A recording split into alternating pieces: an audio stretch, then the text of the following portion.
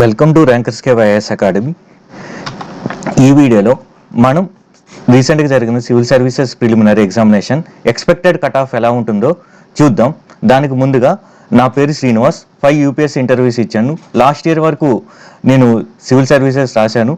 Last year ఇదే టైంలో నేను కూడా కట్ ఆఫ్ ఎంత ఉంటుందని చాలా ఉత్సాహంతో చూసేవాడిని. సో సేమ్ యాంగ్జైటీ ఉంటుంది, టెన్షన్ ఉంటుంది. ఆ విషయాలన్నీ నాకు తెలుసు, ఎందుకంటే నేను స్వయంగా అనుభవించాను కాబట్టి. సో ముందుగా మనం ఎగ్జామినేషన్ రాసిన తర్వాత పిల్లల మైండ్ సెట్ ఎలా ఉంటుందో మనం చూద్దాం.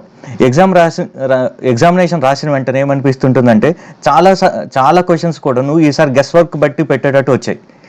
పెట్టిన వెంటనే మనం ఏమనుకుంటామంటే చాలా బాగా రాసాం, చాలా సూపర్గా రాసేసాం అనుకుంటాం. బయటకు వచ్చి నాకు చూస్తే చాలా బాగా రాసామని మన పేరెంట్స్కి చెప్తాం, ఫ్రెండ్స్కి చెప్తుంటాం. చివరికి కీ చూసేటప్పటికి మన చాలా గెస్ వర్క్లు అనేవి తప్పు అవుతుంటాయి. లేదా మనం బి-సి మధ్యన కన్ఫ్యూజ్ అయ్యేటప్పుడు బి పెడతాం, కానీ బయటకు వచ్చేసేటప్పటికి సి అవుతుంది. సో ఇలాంటివన్నీ కూడా చాలా కామన్గా జరిగేది. ఆఫ్టర్ ఎగ్జామినేషన్ అయిన తర్వాత 6 o'clock తర్వాత కీ రిలీజ్ చేస్తారు, అంతమంది డిస్కషన్స్ పెడతారు. అది చూసినప్పటి నుంచి మనకు హార్ట్ బీట్ పెరుగుతుంది. సీరియస్ క్యాండిడేట్స్లో లేదా అటెంప్ట్స్ పెరుగుతున్న క్యాండిడేట్స్లో ఇదైతే చాలా చాలా తీవ్రంగా ఉంటుంది. ఎంత ఉంటుందంటే అది అనుభవించే వాళ్ళకి మాత్రమే తెలుస్తుంది. నేను అనుభవించాను కాబట్టి ఆ పెయిన్ నాకు అర్థమవుతుంది. తర్వాత నేను పేపర్ని పైనే చూడలేదు.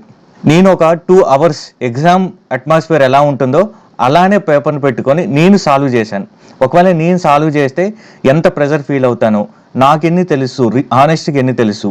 సో కీ ఏం చూడకుండా నాకు నేను సాల్వ్ చేసుకొని తర్వాత కీ చూసిన తర్వాత నాకు ఫస్ట్ అనిపించిన ఇంప్రెషన్ అనేది ఇది చాలా లెంతీ పేపర్ అనిపించింది. ఎంత లెంతీ పేపర్ అంటే ఆప్షన్ స్టేట్మెంట్స్ 3 ఇచ్చారు, ఆప్షన్స్ కూడా చదవడానికి చాలా లెంతీగా ఇచ్చారు. సో ఓవరాల్గా పేపర్ లెంతీ అవ్వడం వల్ల విత్ ఇన్ టైంలో రాయడం వల్ల ఫోకస్ అనేది చాలా చాలా ఇంపార్టెంట్.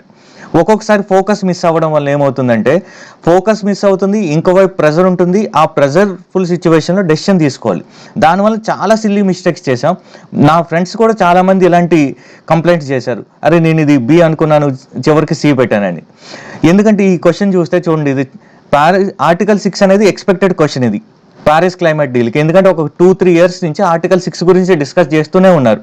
ఎందుకంటే కార్బన్ ట్రేడ్ మెకానిజం కానీ, సో ఆ ట్రేడ్ మెకానిజంకి సంబంధించి ఆర్టికల్ 6 అనేది ఒక హార్ట్ లాంటిది.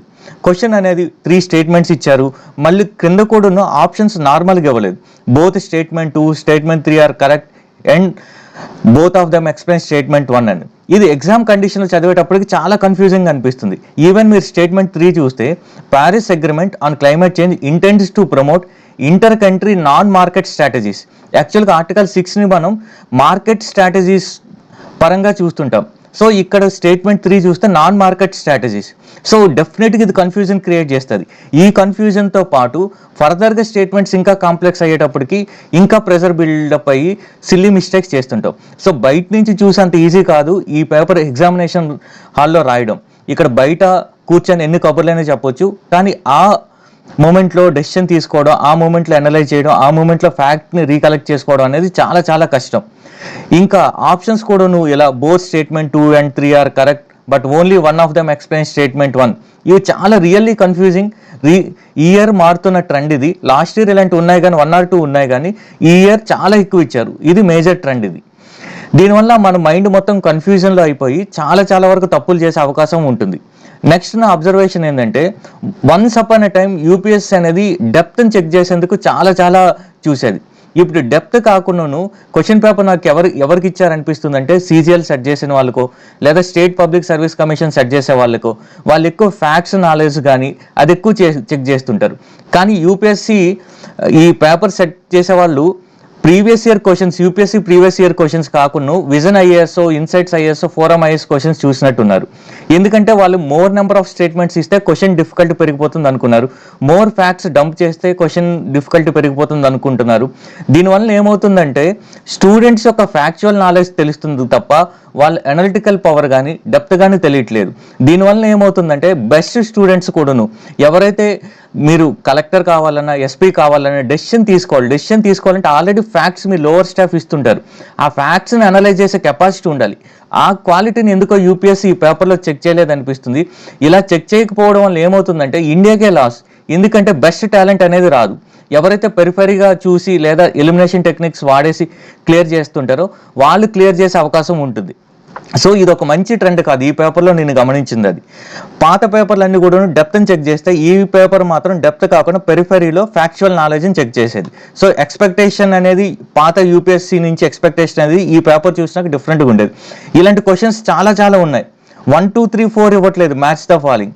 ఇంకొక లెవెల్ 5, ఇంకా ఛాన్స్ ఉంటే స్పేస్ ఉంటే 6 7 8 9 10 కూడా ఇచ్చేటట్టు ఉన్నారు ఎగ్జామ్ సెట్ చేసే అతను. అలానే లేక్, ఈ నార్మల్గా లేక్ గురించి క్వశ్చన్ అడగడం అనేది కామన్, బట్ క్వశ్చన్ చూస్తే ఇంకా స్టూడెంట్ అటెంప్ట్ చేయకూడదు అన్న ధోరణిలో కనిపిస్తుంది. 3 లేక్స్ ఇచ్చారు, ఆ క్వశ్చన్ కూడా చూస్తే through how many of them does the equator pass. So ఆ తర్వాత కాకుండా ఓన్లీ 1, ఓన్లీ 2, ఆల్ ద 3, ఇది ఎలిమినేషన్ చేయడం, గెస్ట్ చేయడం కూడా చాలా కష్టం. ఇప్పుడు గూగుల్లో చూసేసి ఇది చాలా ఈజీ అనుకోవచ్చు, కానీ ఎగ్జామినేషన్ అట్మాస్ఫియర్లో చేయడం అనేది చాలా కష్టం అవుతుంది. సో ఓవరాల్గా డెప్త్ అనేది తగ్గిపోయింది, అనలిటికల్ క్యాపబిలిటీస్ చెక్ చేసే క్వశ్చన్స్ అనేది తక్కువైపోయాయి. కొన్ని క్వశ్చన్స్ ఉన్నాయి, నేను కాదనట్లేదు, బట్ ఇన్ పర్సంటేజ్ చూస్తే అవి చాలా తగ్గిపోయాయి. ఫర్ ఎగ్జాంపుల్ అరుణాచల్ ప్రదేశ్, నాగాలాండ్, త్రిపుర పాలిటీలో చాలా మంచి క్వశ్చన్స్ ఫ్రేమ్ చేయొచ్చు, కానీ అరుణాచల్ ప్రదేశ్ క్యాపిటల్ అనేది ఒక ఫోర్ట్ పైన పెట్టారు, స్టేట్ హ్యాస్ 2 నేషనల్ పార్క్స్, అది పాలిటీ మిక్స్ చేశారు, ఎన్విరాన్మెంట్ మిక్స్ చేశారు, అన్ని మిక్స్ చేసేసి ఇదేదో కాంప్లెక్స్ నాలెడ్జ్ చెక్ చేస్తామని చెప్తున్నారు తప్ప, బట్ ఫైనల్గా చెక్ చేసేది ఏంటంటే జస్ట్ ఫ్యాక్ట్స్. మీకు ఆ ఫ్యాక్ట్ తెలిస్తే చాలు, అంతకుమించి మీరు ఏం బుర్ర పెట్టాల్సిన అవసరం లేదు. అలాంటి క్వశ్చన్స్ ఫ్రేమ్ చేశారు. అలానే ఆర్టీజీఎస్, ఎన్ఈఎఫ్టీ, ఇప్పుడు మీరు మృణాల్ బుక్ చదివినా కూడా ఆర్టీజీఎస్ వర్సెస్ ఎన్ఈఎఫ్టీకి డిఫరెన్స్ ఉంటుంది. మీరు డే టు డే లైఫ్లో చూసినప్పుడు కూడా ఇది ఉంటుంది, బట్ ఎగ్జామినేషన్ సెంటర్లో ఆ స్టేట్మెంట్ చూసేటప్పటికి కన్ఫ్యూజ్ అవుతూనే ఉంటాం. ఈ శాంపుల్కి ఇవి మాత్రమే తీసుకున్నాను, చాలా క్వశ్చన్స్ ఇలానే ఉన్నాయి, ఎందుకు ఇలా ఇస్తున్నారో అది యూపీఎస్సీ ఇంకోసారి ఆలోచించుకోవాల్సింది. లాస్ట్ ఇయర్ కూడా 3 క్వశ్చన్స్ని ఎలిమినేట్ చేశారు. సో ఓవరాల్గా యూపీఎస్సీ కూడా తనను తాను క్రిటికల్ ఎగ్జామినేషన్ చేసుకోవాలి. ఐ హోప్ ఈ మెయిన్స్లో at least UPSC critical examination question ఇస్తుంది, లాస్ట్ ఇయర్ సిఏజీ మీద ఇచ్చినట్టు యూపీఎస్సీ మీద కూడా యూపీఎస్సీ ఒక క్వశ్చన్ ఇచ్చుకుంటే బాగుంటుంది. సో ఓవరాల్గా నాకు ఏమనిపించిందంటే కొన్ని sections still doable. For example నాది హిస్టరీ ఆప్షనల్ అవ్వడం వల్ల నాకు కొంచెం ఈజీగా ఉండొచ్చు, బట్ ఓవరాల్గా హిస్టరీ చూసుకున్నా ఈజీగా ఉంది. పాలిటీ కూడా మరీ అంత డిఫికల్ట్గా లేదు, స్టేట్మెంట్స్ ఎక్కువ ఇచ్చారు కానీ కొన్ని ఈజీగా ఎలిమినేట్ చేసేటట్టు ఇచ్చారు. అలానే ఎలిమినేషన్ టెక్నిక్స్ కూడా మనం ఎక్కువగా వాడచ్చు. నేను ఆల్రెడీ చీట్ కోడ్స్ అని పెట్టాను, మీరు ఆ కోడ్స్ని ఫాలో అయితే చాలా క్వశ్చన్స్ అనేది మీరు సాల్వ్ చేయగలుగుతారు ఈ పేపర్లో. So history, polity, elimination techs work out అవుతాయి. అలానే కొన్ని ఎకానమీ మోడరేట్ నుంచి డిఫికల్ట్గా ఇచ్చారు, సైన్స్ అండ్ టెక్నాలజీ డిఫికల్ట్గానే ఇచ్చారు. సో ఓవరాల్గా నాకు పేపర్ ఏమనిపించిందంటే, నేను అంతమందితో మాట్లాడాను, ఆల్రెడీ సర్వీస్లో ఉండి బెటర్ సర్వీస్ కోసం ట్రై చేస్తున్న వాళ్ళతో మాట్లాడాను, ఇయర్ ఖచ్చితంగా ర్యాంక్ వస్తుందన్న స్టూడెంట్స్తో మాట్లాడాను, ఫ్రెషర్స్తో మాట్లాడాను. వీళ్ళందరితో తీసుకున్న కామన్ ఫీడ్బ్యాక్ నాకు నేను సాల్వ్ చేసుకున్న తర్వాత ఏమనిపించిందంటే, ఈ క్వశ్చన్ పేపర్ ఖచ్చితంగా మాత్రం ఈజీ కాదు. కొంతమంది ఈజీ పేపర్ అని చెప్తున్నారు, అది ఎట్టి పరిస్థితుల్లో ఈజీ పేపర్ కాదు. నేను దీన్ని మోడరేట్ టు డిఫికల్ట్ పేపర్ అని అంటాను. డిఫికల్ట్ సైడే ఈ పేపర్ ఉంటుంది తప్ప మోడరేట్ సైడ్ ఉండదు. బయట నుంచి చూసినప్పుడు కొన్ని ఈజీగా అనిపించవచ్చు, కానీ ఫైనల్ ఎగ్జామ్లో డెసిషన్ తీసుకునేటప్పుడు తప్పు చేస్తుంటాం. So moderate to difficult paper towards difficult level. So ఇది నా ఓవరాల్ అబ్జర్వేషన్. ఇది ఫర్దర్గా కట్ ఆఫ్ విషయానికి వస్తే, కట్ ఆఫ్ని ఎలా ప్రెడిక్ట్ చేయాలనేది ముందు చూద్దాం. కట్ ఆఫ్ని ప్రెడిక్ట్ చేసేటప్పుడు ముందు మనకు నెంబర్ ఆఫ్ వేకెన్సీస్ ఎన్ని ఉన్నా తెలియాలి. 2 difficult level, GS difficult level చూడాలి. 3 ద గేమ్ చేంజర్ సీసాట్ కూడా చూడాలి. సీసాట్ ఎందుకు ఇంపార్టెంట్ అంటే, నా పేపర్ చూసుకుంటే నాకు ఒక ఇయర్ 116 వచ్చాయి. ఆ ఇయర్ కట్ ఆఫ్ చాలా తక్కువ, నాకు 116 వచ్చాయి. అయినా పేపర్ 2లో 63 రావడం వల్ల నేను ఆ ఇయర్ క్వాలిఫై కాలేకపోయాను. వరుసగా అంతకుముందు 3 ఇంటర్వ్యూలు కూడా ఇచ్చాను నేను. ఇంకో ఇయర్ నాకు 110 వచ్చాయి, పేపర్ 2లో 82 వచ్చాయి, ఆ ఇయర్ క్వాలిఫై అయ్యాను. సో సీసాట్ పేపర్ అనేది టఫ్ ఉండేటప్పుడు జిఎస్ స్కోర్ ఎక్కువ వచ్చే వాళ్ళు కూడాను క్వాలిఫై కాలేరు. సో ఈ ఇయర్ సీసాట్ పేపర్ కూడా ఈజీ మాత్రం కాదు, అలానే టూ మచ్ డిఫికల్ట్గా కూడా లేదు. సో ఈజీ మోడరేట్ కన్నా అబౌవ్ ఉంది సీసాట్ పేపర్ కూడా. సో దీంట్లో కూడా చాలామంది జిఎస్లో మంచి స్కోర్ వచ్చే వాళ్ళు కూడా ఎలిమినేట్ అయ్యే ఛాన్స్ ఉంది. ఓవరాల్గా చూసుకుంటే జిఎస్ పేపర్ డిఫికల్ట్గానే ఉంది, సీసాట్ పేపర్ కూడా మోడరేట్ టు డిఫికల్ట్ పేపర్ ఉంది. అలానే టూ మచ్ డిఫికల్ట్ పేపర్ మాత్రం సీసాట్ అంతగా అనిపించలేదు. కానీ చాలామంది జిఎస్ మంచి స్కోర్ చేసిన వాళ్ళు ఫెయిల్ అయ్యే ఛాన్స్ ఉంది. అందువలన ఇనీషియల్గా జిఎస్ కట్ ఆఫ్లు ఎక్కువ ఉండొచ్చు అని చెప్పొచ్చు, కానీ ఓవరాల్గా మాత్రం జిఎస్ కట్ ఆఫ్ అనేది తగ్గుతుంది. అది పాత కట్ ఆఫ్లు చూసినా కూడా మనకు తెలుస్తుంది. ముందుగా ఫ్యూ ఇన్స్టిట్యూట్స్ కట్ ఆఫ్ని రిలీజ్ చేసి చాలా మేజర్ ఇన్స్టిట్యూట్స్ ఇంకా రిలీజ్ చేయాలి. కొన్ని ఇన్స్టిట్యూట్స్ వాళ్ళు యూట్యూబ్ ఛానల్లో పేపర్ డిస్కస్ చేసేటప్పుడు ఇది పెట్టారు. నేను అది చూసి మీకు రఫ్ ఎస్టిమేషన్ కోసం మాత్రమే చెప్తున్నాను. ఎందుకంటే తర్వాత ఆ ఇన్స్టిట్యూట్స్ కూడా ఎక్కువ మంది స్టూడెంట్స్తో శాంపుల్ సైజ్ పెరుగుతున్న కొద్దీ వాళ్ళ ఒపీనియన్స్ కూడా మార్చుకోవచ్చు. సో ఇది మీకు శాంపుల్ రిఫరెన్స్ మాత్రమే, ఎందుకంటే మీరు మెయిన్స్ ప్రిపరేషన్ స్టార్ట్ చేయడానికి. సో దీన్ని హార్డ్ అండ్ ఫాస్ట్ రూల్గా మాత్రం తీసుకోవద్దు. సో కొన్ని ఇన్స్టిట్యూట్స్ ఇలా ఉన్నాయి, Vajiram, Lukmaan, sleepy classes, la excellence, IAS Baba, Sarathi, వీళ్ళన్నీ కూడా చూసుకున్నట్టయితే అందరూ 85 అటు ఇటుగా చెప్తున్నారు. సో ఓవరాల్గా 85 అటు ఇటుగా చెప్తున్నారు. నాకేమనిపిస్తుందంటే పాత కట్ ఆఫ్లు చూసినట్టయితే, ఫర్ ఎగ్జాంపుల్ మీరు 2023లో చూసుకుంటే కట్ ఆఫ్ చాలా తక్కువ ఉంది, 75. పోస్టులు చూసుకుంటే చాలా ఎక్కువ ఉన్నాయి, 1100+ ఉన్నాయి పోస్టులు, అయినా కూడా కట్ ఆఫ్ తక్కువ ఉంది. ఎందుకంటే ఆ ఇయర్ సీసెట్ పేపర్ చాలా చాలా టఫ్గా ఇచ్చాడు. ఆ ఇయర్ అంతా సీసాట్ టఫ్గా లేదు, కానీ దానికి దగ్గరలో 2024 కన్నా టఫ్గా, 23 కన్నా కొంచెం ఈజీగా ఉంది. ఈ రెండింటి మధ్యన ఉంది సీసాట్ పేపర్. కానీ ఇక్కడ ఒక సాడ్ థింగ్ ఏంటంటే నెంబర్ ఆఫ్ వేకెన్సీస్ తక్కువ ఉన్నాయి, 979.